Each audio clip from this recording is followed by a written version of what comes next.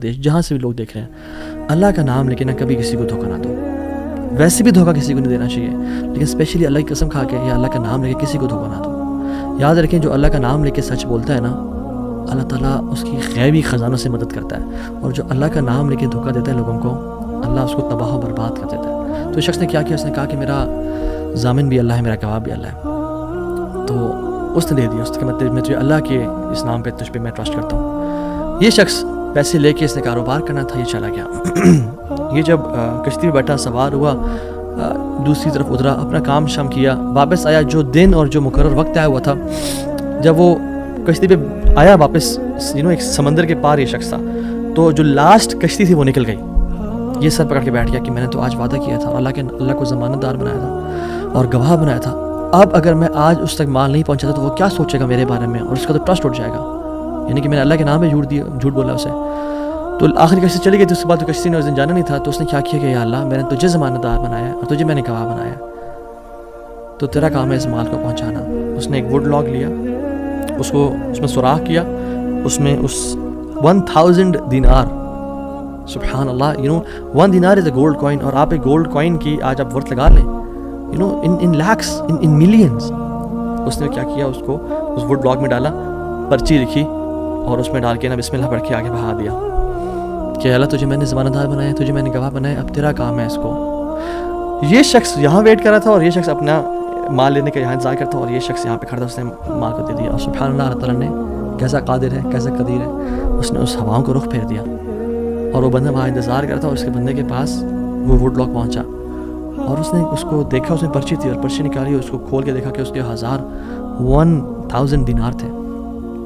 وہ بڑا حیران ہوا کہ یہ مجھ تک کیسے پہنچے. خیر، یہ جو شخص تھا جس نے بھیجے تھے، یہ اگلے دن دوبارہ جو سب سے پہلی کشتی ملی اس پہ روانہ ہوا اور اس بندے کے پاس پہنچا اور 1000 دینار لے کے الگ سے کہ پتہ نہیں وہ پہنچے میں اس کو اس کا حق تو دے دوں. اس نے کہا کہ یہ تمہاری امانت، معذرت تھوڑی تاخیر ہو گئی مجھ سے. کہتے تو کل تم نے مجھے پیسے نہیں بھیجے؟ کہتے میں نے بھیجے. پھر اس نے کہا جس رب پہ تم نے توکل کیا ہے نا، جس رب پہ تم نے ضمانت دار بنایا تھا، اس رب نے تیرا مال مجھ تک پہنچا دیا، مجھے اس مال کی ضرورت نہیں ہے. ہم کیوں باتیں پریشان ہوتے ہیں؟ کیا کمی ہے ہماری زندگی میں؟ شاید توکل کی کمی ہے، قرآن پڑھنے کی کمی ہے، عبادات کی کمی ہے، حلال اور حرام کی پرواہ کرنے کی کمی ہے، نظروں کی حفاظت کرنے کی کمی ہے. ہماری زندگی میں کچھ کمی ہے جس کی وجہ سے ہم اللہ تعالیٰ کے اللہ تعالیٰ کے ناموں کی وجہ سے ہم we are not living to our fullest. اللہ تعالیٰ کے نام جو مسلمان جانتا ہو کہ میرا رب میں یہ کوالٹیز ہیں، اور یہ تو صرف 3 ہیں اور ہزاروں ہیں اس کے علاوہ، وہ کیسے باتیں پریشان ہو سکتا ہے؟ وہ کیسے انزائٹیز اور پریشانی سے گزر سکتا ہے؟ اس کو پتہ ہے کہ میرا رب ہر چیز پر قادر ہے. قل هو القادر على ان يبعث عليكم عذابا من فوقكم، وہ قادر ہے کہ اس بات پہ کہ تم پہ عذاب لے آئے. ان المتقین فی جنات ونہر فی مقعد صدق عند ملیک مقتدر. عند ملیک مقتدر، وہ مقتدر بھی ہے، وہ ہر چیز پر قادر ہے. تبارک الذی بیدہ الملک وهو على كل شیء قدیر، وهو على كل شیء قدیر، وہ قادر بھی ہے، قدیر بھی ہے، مقتدر بھی ہے. تو پریشانی کس بات کی ہے؟ جب ہمارا رب ہے اور وہ ہر چیز کو کنٹرول کر سکتا ہے، اور ہم اگر اللہ والے بن جائیں تو پھر آپ یقین جانیں کوئی مسئلہ نہیں رہے گا. ہر پریشانی کو وہ آسانی میں ایسے بدل سکتا ہے. اس نے صرف کن کہنا وہ بدل جائے گا، صرف ہماری نیت صاف ہونی چاہیے، نمبر 1. اور number 2، second principle to live a wonderful life and to live a happy life is, جو بھی نیکی کریں اس کی اجر کی امید صرف اللہ سے رکھیں. پھر دیکھیں اللہ قدرت کے مناظر کیسے دکھاتا ہے آپ کو. پہلی پرنسپل کیا تھا؟ اپنی نیت کو ہمیشہ صاف رکھیں، اللہ تعالیٰ کے لیے کام کرنا، جھوٹ نہیں بولنا، دھوکہ نہیں دینا، فریب نہیں کرنا. ہم نے اللہ کے لیے اپنے ہر کام کو کرنا ہے، اللہ کی رضا کے لیے کرنا ہے. دوسری چیز، نیکی کے اجر کی امید صرف اللہ سے رکھنی ہے ہم نے.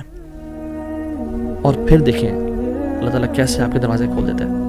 ایک میں آپ کو سچا واقعہ سناتا ہوں کہ اگر انسان اگر نیکی کرے نا کسی کے ساتھ، یا اللہ تعالیٰ کے سامنے نیکی کرے، تو لوگوں سے امید ہے کہ لوگ مجھے واہ کریں، بڑا نیک انسان ہے، بڑا دین کام کر رہا ہے، بڑا عبادت گزار ہے، یا بڑا نہ صرف اللہ سے امید رکھیں. یہ 9 ہجری کی بات ہے، اور اس میں ایک کتاب لکھی گئی شذرات الذہب فی اخبار من ذہب، اور اس میں ایک شخص کا واقعہ آتا ہے، ابو بکر بن عبد الباقی کا رحمہ اللہ. نوجوان تھے بالکل، انہوں نے وہ بیت اللہ گئے، اور جو وہاں گئے تو انہوں نے اپنا سارا فریضہ سر انجام دیا. کچھ دن گزرے تو وہ he was not very rich, ان کا راشن جو تھا وہ ختم ہو گیا. اور جب راشن ختم ہوا تو بھوک اور پیاس کا عالم. مکہ کے ایک دن گلی میں جا رہے تھے تو ان کو نا ایک پیکٹ ملا. انہوں نے اس پیکٹ کو اٹھایا, تھوڑا ہیوی تھا وہ. انہوں نے کہا چلو میں کمرے میں جاتا ہوں اور دیکھتا ہوں کیا ہے اس میں. کمرے میں گئے تو ایک ایسا ہار تھا جو کہتے ہیں میں نے آج تک نہیں دیکھا تھا. It was very unique, it was very precious. کہتے ہیں کہ میں بڑا حیران ہوں یہ کس کا ہوگا. خیر الٹیمیٹلی میں نکلا اپنے کمرے سے باہر, حرم کی طرف آ رہا تھا تو مکہ کی گلیوں میں میں نے ایک دیکھا ایک شیخ یعنی ایک بزرگ انسان تھا جس کے ہاتھ میں 500 دینار تھے اور وہ اناؤنسمنٹس کر رہے تھے کہ میرے گھر والوں کا ہار گما ہے, جس شخص کو مل جائے وہ مجھے دے, میں اس کو 500 دینار دوں گا. ابو بکر رحمہ اللہ نے سوچا کہ میرے پاس تو پیسے نہیں ہیں, میرے پاس تو راشن نہیں ہے, میں تو بھوک پیاس کا عالم ہے, تو میں اس کو ہار دوں گا, اس سے پیسے لے لیتا ہوں, چلو دیکھتے ہیں. ان بزرگ کا ہاتھ پکڑا اور کہا میرے کمرے میں چلیں آپ میرے ساتھ. کمرے میں گئے تو کہا آپ سے 3 سوال ہیں, آپ اس پیکٹ کی نشانی بتائیں, جس چیز سے اس پیکٹ کو باندھا گیا اس کی نشانی بتائیں, اور اس ہار کی نشانی بتائیں. صرف 3 نشانیاں بتا دیں, میں آپ کو وہ دے دوں گا. جیسے ہمیں کوئی چیز ملے تو ہم کہتے ہیں کہ آپ یہ 3, اور اگر کوئی انسان کھوٹا ہوتا ہے نا تو وہ کہتے ہیں مجھے 50 نشانیاں بتائیں یا مجھے 60 نشانیاں بتائیں, اور کوشش کرتے ہیں ایک نہ ایک غلط بتا ہی دے گا تو ہار میرا ہو جائے گا. لیکن ہی وہ سنسیئر. انہوں نے کہا 3 نشانیاں. پیکٹ کیسے ہے, اس کو کسی سے باندھا گیا, اور اس کا ہار کیسا ہے. تو انہوں نے کہا پیکٹ ریشم کا ہے. انہوں نے کہا بالکل ٹھیک ہے آپ نے. انہوں نے کہا کہ جو پیکٹ جس چیز سے پیکٹ کو باندھا گیا وہ بھی ریشم کا دھاگا ہے. انہوں نے کہا بالکل ٹھیک ہے آپ نے. اور تیسرا چیز کا انہوں نے کہا اس میں 30 نگ لگے ہوئے ہیں اس ہار میں. انہوں نے کھولا اس ہار کو, دیکھا 1 2 3 4 5 6 30 کمپلیٹ, یہ آپ کا ہار. تو انہوں نے کہا یہ 500 آپ کے دینار. کہتے نہیں مجھے نہیں چاہیے. کہتے ہیں کیوں بیٹا, میں نے تو وعدہ کیا تھا کہ میں شخص دوں گا. کہتے ہیں میں نے اللہ کے لیے کام کیا ہے, یہ مجھے چیز ملی تھی, میرا ایز اے مسلمان میرا حق تھا کہ میں امانت کو واپس ادا کروں, تو میں آپ سے اس کا اجر نہیں لوں گا.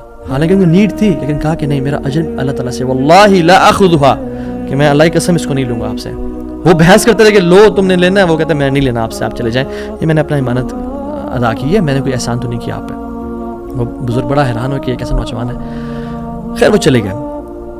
کچھ عرصے بعد ابو بکر بن عبد الباقی رحمہ اللہ کہتے ہیں کہ میں فائنینشلی اسٹیبل نہیں تھا, تو میں نکلا کچھ تجارت کرنے کے لیے.